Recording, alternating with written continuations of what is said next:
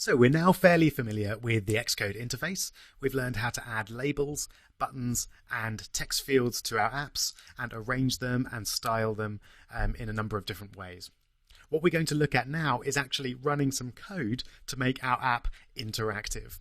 At the moment, of course, we've only focused on the user interface and we need to be able to get the app to respond in some way to the user.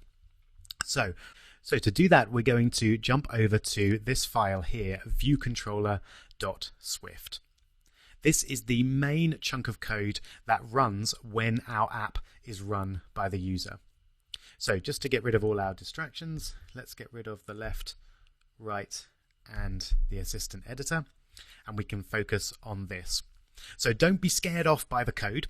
We're going to look at Swift itself in a lot more detail in the next section, but for now I'm just going to run through and just give you a rough overview as to what these bits of code are doing. So first of all, we've got some comments up the top. So anything that's in green and has these double slashes in front of them is just a comment. It's not being run by the app. So this is just the title code created by Xcode for us.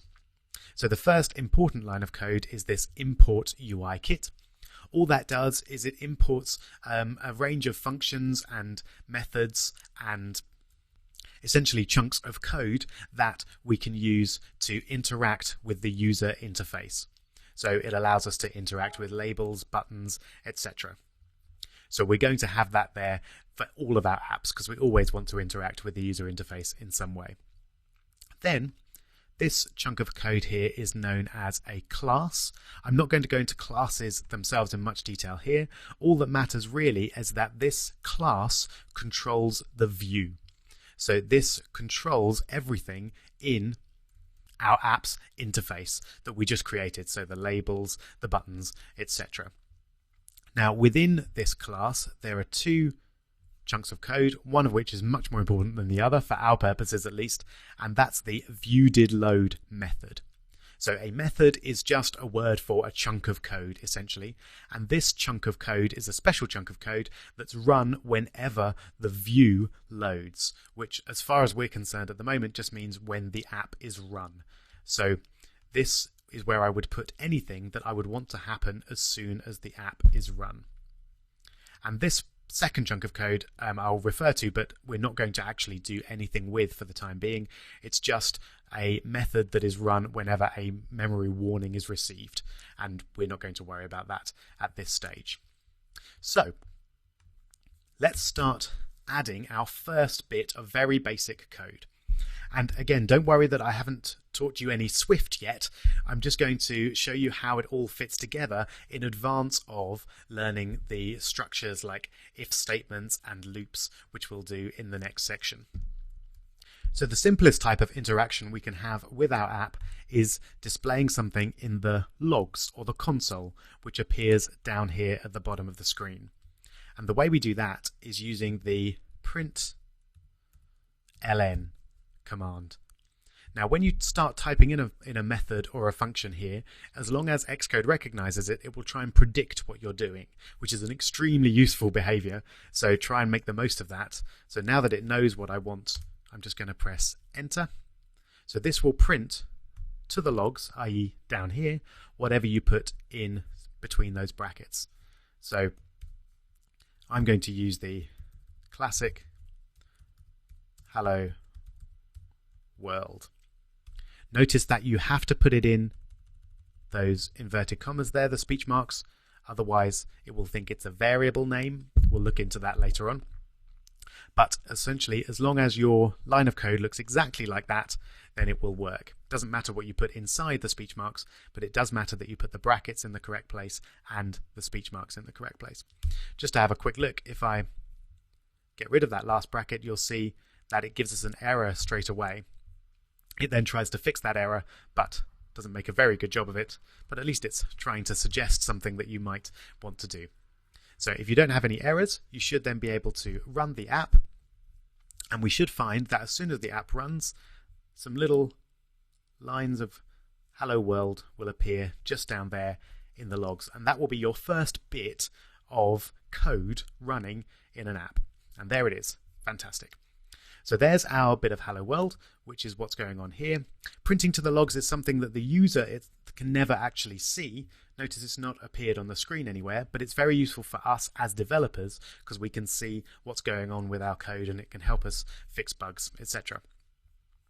Now that's very exciting, but it hasn't actually changed our app screen in any way. So what we next need to find out is how can we run some code which actually affects something that's on the screen. And to do that, we're going to bring in our main storyboard, which I'm going to get from clicking up there and then bringing in recent files and main storyboard. Remember, the main storyboard is where, there it is, we can see the interface elements that we've created. And what I'm going to do is I want to run some code which is going to change the text of my label. So it's going to update the text of "this is my label." And to do that, I need to have a way to refer to this label. So what I'm going to do is press Control on my keyboard and then click and drag. And then you get this blue line. And I'm going to drag all the way across to just underneath where it says class. And then I'm going to let go.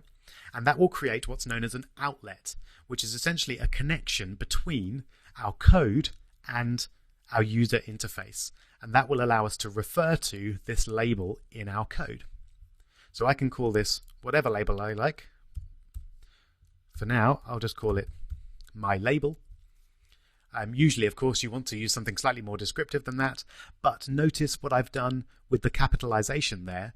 That's fairly standard, that you use small letters for the first word and then you capitalize every word after that.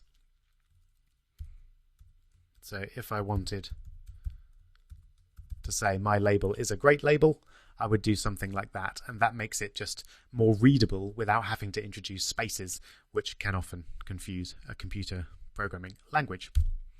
So I'm going to call it my label. Everything else we can leave the same, and then click connect.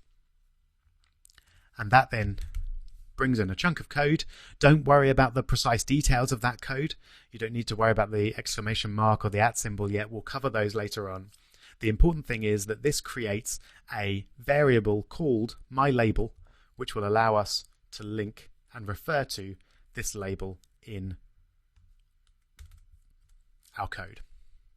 So the next thing I'm going to do is update the value of that label with some code here. And it's actually extremely straightforward. I just start typing myLabel, and you can see that Xcode predicts it for me again. And then I want to change the text of that label. So I say myLabel dot text.